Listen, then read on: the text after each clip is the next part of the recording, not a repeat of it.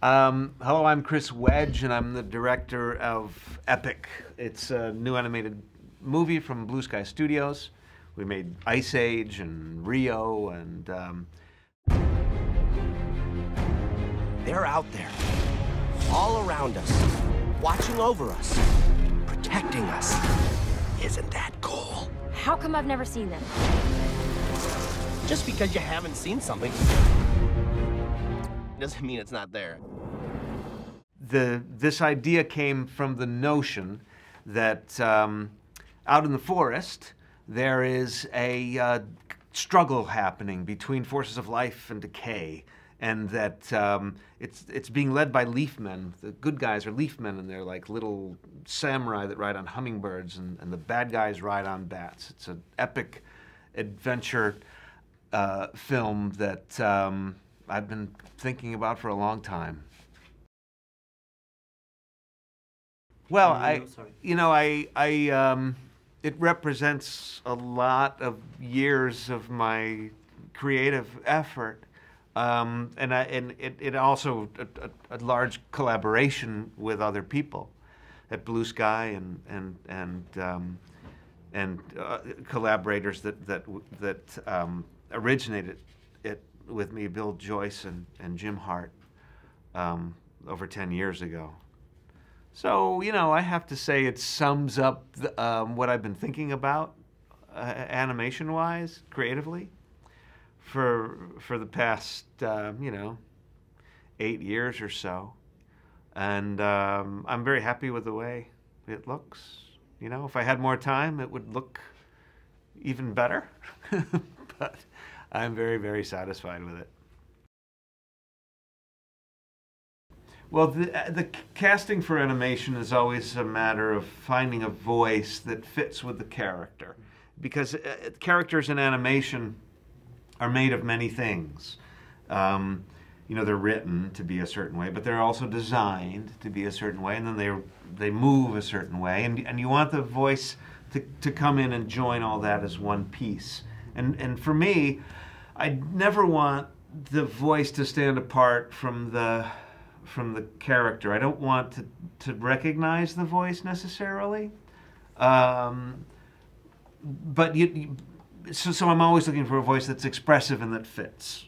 So in the English version of this movie, we have a number of very, very talented actors.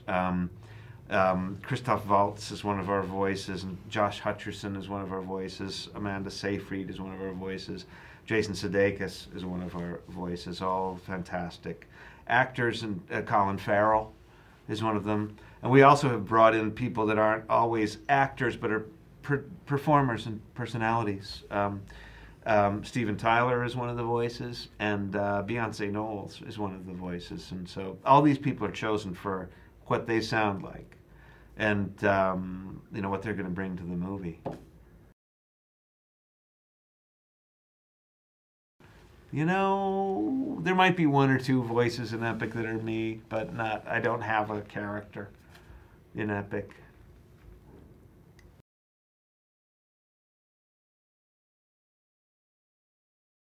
Yes, well, the notion that the Leafmen are out there came from Bill Joyce's book, The Leafmen and the Brave Good Bugs, but the story is completely original, and the characters that surround the Leafmen are completely original. What I wanted to do was take the Leafmen and make them into very believable, fun-to-watch action heroes. And so, samurai is where I went for the kind of disciplined honor and, kind of military precision that they have. And when we went, we looked at many different, military styles, throughout the ages, and it took a couple of years to come up with the look that they have, and so it's derived from samurai for sure. You can tell that, but they're also very athletic. They move like superheroes. They're so small that physics is different, gravity's different. The air is thicker. They can leap like the equivalent of 30 feet to us, and So they had to have a little bit of more flexibility than the samurai uniforms had. And so, you know, part of it comes from the aesthetic, and part of it comes from the practicality of how they're going to move. I'm really happy with it because I think that that they look timeless in a way. They're meant to be out there. We can't see them, but they're there. So I didn't think they necessarily had to look ancient.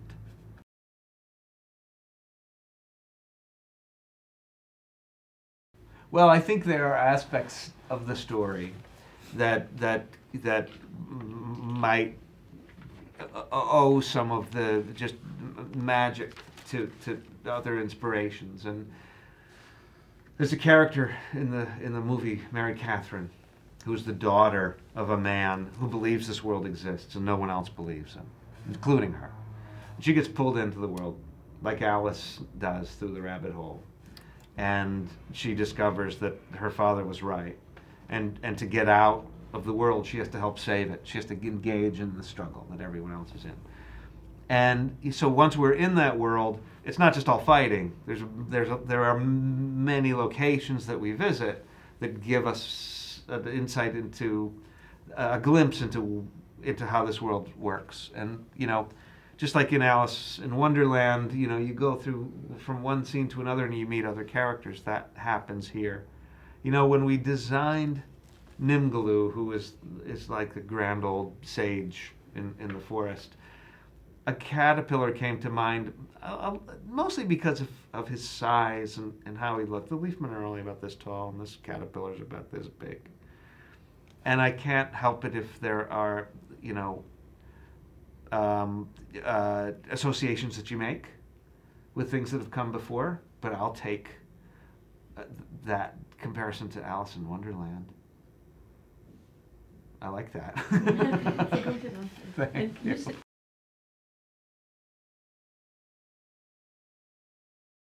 You know, I think that it's a good place for a video game because there's a lot of, it's a fun world that we haven't seen before. And there's a lot to explore. There's a lot to discover about it. But there's also like pretty intense gameplay potential in here because there's a lot of fun, you know, that sounds great. Big action sequences where you're riding Hummers and you know, you're leaping and falling, and I think there's great potential for a game there. If I knew anything about video games, I'd do this one. I think this. Yes. I think this is a culmination of a lot of what I've learned over the years and the evolution technically and artistically of our studio, Blue Skye Studios. You know, I've poured everything I know into this one. Okay. So I'd say, yeah, it's as good as I can make it.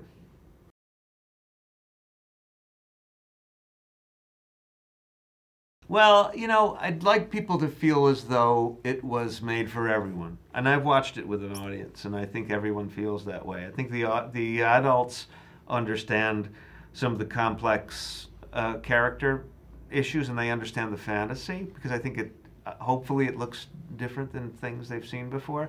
And the kids understand the story, and they understand the characters. They ride right along. You know, look, it's a big action-adventure movie, and action-adventure movies come with, you know, loud sounds and sometimes scary guys. But I watched the youngest people in an audience, and probably, you know, 4 or 5, and yeah, there were moments when they were scared, but they stuck in with it, you know. I didn't see anybody crawling in anybody's lap. Look, when I was a kid, I loved being scared. When I was a kid, it was the Wicked Witch from The Wizard of Oz. I hid under a table when she came on TV. But I loved it. So that's the first thing I think about when I think of that movie. I think of The Wicked Witch. And, you know, if there are things about the movie that seem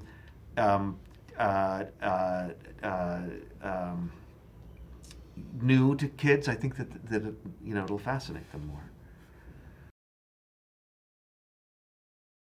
Well, there are a couple of scenes that I think you know, accomplished what I wanted when we started. and it's the action that I wanted to really make immersive and unusual. And so there's a sequence early in the film where the Leafmen are ambushed, and it kind of gets the story started. And there are aspects to that I think involve, our involvement with characters that we've gotten to know, action that's very visceral and engaging, and a setting that is surprising. It's a place that you wouldn't expect to see this kind of action take place, and we take advantage of all of it. So I think that would be my favorite, but pretty fond of everything. Yes, 3D is fairly straightforward with computers, because everything is a simulation of a 3D world, and you just have, the simplest way to think of it is you just make the other eye. You move it 2.5 inches. You make the other eye, but because it's all synthetic, what we're seeing, we have a great degree of control over how you experience the 3D. So sometimes we can, we can take the corners of the frame and push it back, and it looks like a diorama. It looks like something happening beyond the screen. And sometimes we can pull those things out of the screen, and it can feel like it's happening in front of you. So it's another degree of control we have, where all the parameters of cinematography before were ended up as a 2D image, composition and lighting and depth of field. Now you have this sensation that you can see around things, and it just it just gives you one more layer of convincing immersion for me. The film works in both formats very well, but I think for this one, because the world is so unique, that when you see it in 3D, you really feel like you're experiencing something new. Looking back on the film, there are always things you wish you could redo, but there aren't too many in this for me. I've really put everything I could into it, and I think you can see it in there. I don't feel pressure. I don't feel pressure. The pressure's over. Well, there's still things to do. I still have to mix it and finish it, and there's all of that. But obviously most of the work is behind. And, I feel more pressure when it's coming up with ideas. I mean, just like squeezing ideas out of your brain sometimes just takes effort, and that I feel I've done with. That's the pressure I feel. Well, I think that if there's an ecological message, it just comes with the territory. It's not preachy in any way, and it's not a story about the forest and humans coming with bulldozers, or tearing down the rainforest or polluting the atmosphere. This is all, I wanted to tell a story where we went to a place that you didn't expect to go to, and that you see that place is in danger. But I always wanted it to be just be about the characters that lived there. I mean, we've seen that story before. I mean, Avatar is the best example of it. I loved that movie, and I didn't want to go and try to make that a different way. This is a different story. So yes, we're fighting to keep the forest alive, but we're fighting against the guys that are trying to just make it decay. And they're always out there. You can walk in the woods and you can see evidence that this is happening. The leafmen keep it alive. The boggans, that's why those trees are rotten, and that's why those leaves are dead. There's a character in the film called Bamba, who's a human being who thinks that the world exists and no one believes him. And there's his daughter, Mary Catherine. And she was always pulled into the world one way or another. And it was really to create a character conflict more than anything, because we see this world with our own eyes. You can say she's a point of view character, but she isn't really, because we've already seen the world. She's pulled into it. I mean, Thumbelina is not a Hans Christian Andersen story. Yeah. I don't think I remember. I don't know if I've ever seen the Don Bluth movie. There isn't. Look, I'll say this much: there isn't much in the world of animation that I used as an influence for this. Maybe some of the scope of that Miyazaki has explored in his films, but for the most part, this is an original story that we've tried to tell in a style that will feel more like a live action adventure movie to the audience than a cartoon. Come on, you're with us now.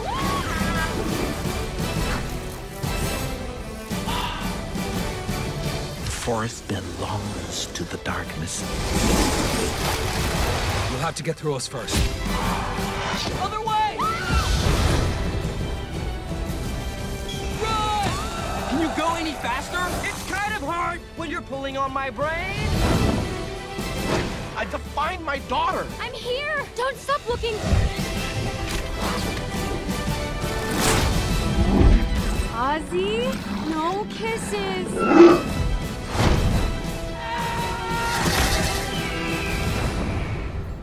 You just can't stop the rot. Ugly says what? What? Nothing.